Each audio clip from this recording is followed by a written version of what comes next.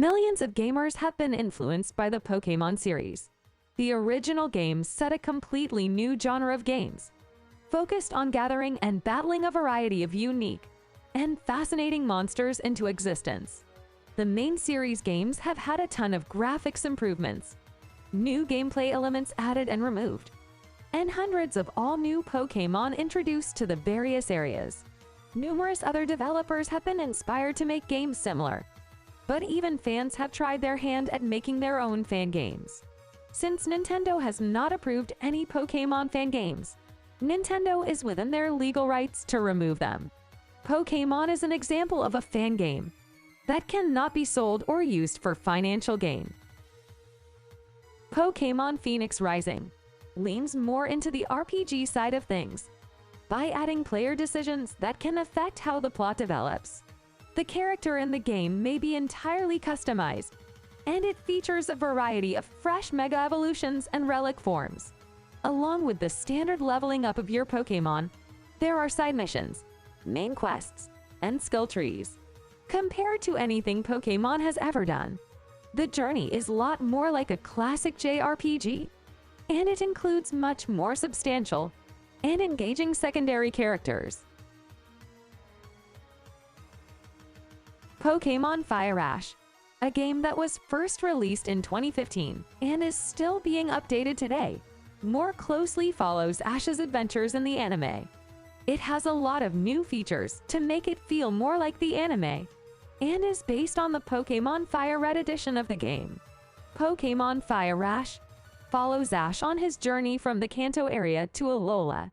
If you haven't been watching the anime, this means that you can play a single game that includes Kanto, Johto, Hoenn, Sinnoh, Unova, Kalos, the Orange Islands, and Alola.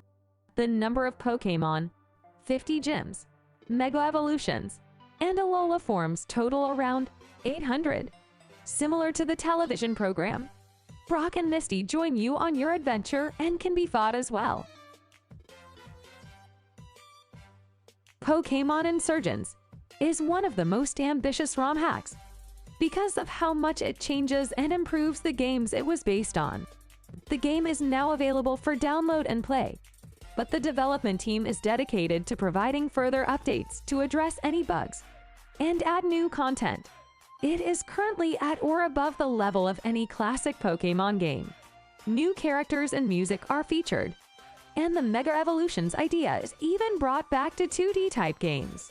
You'll see right away that Pokémon Insurgence is aiming for a much darker, more mature narrative than the main series.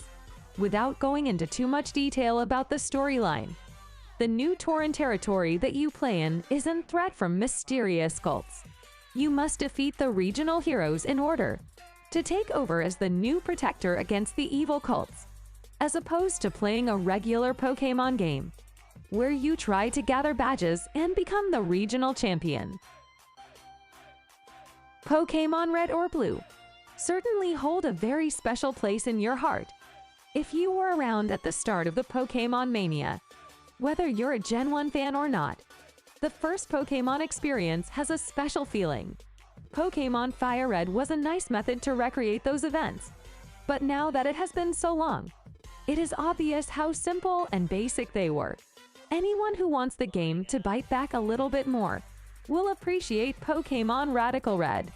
Although Radical Red is more challenging, it is structurally the same as Fire Red.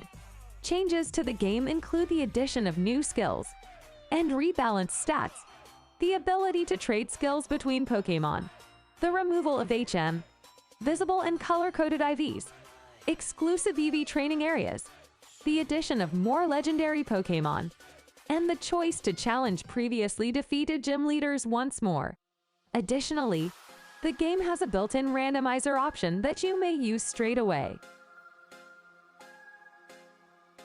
Pokémon Reborn was originally only an RPG Maker game that was intended to be played in online leagues, but it has since been fully developed into a complete game. There are 21 starter Pokémon, 807 Pokémon in total from generations 1 through 7 that may be collected and battled, 18 gyms, redesigned shiny Pokémon, online functionality, a story mode that lasts at least 50 hours, and other features. It's also quite fascinating to see how encounter mechanics and combat have changed. There are unique field effects in the game that you must get used to. The most popular ROM hack is definitely Pokémon Uranium.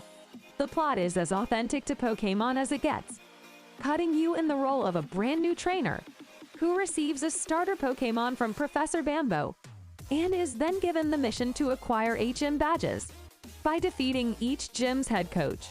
Included in the 200 Pokémon are 160 fan-created ones.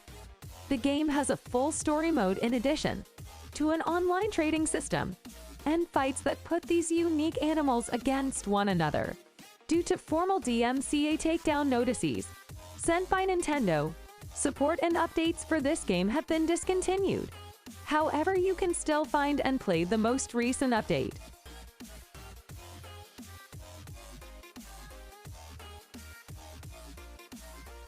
Thanks for watching.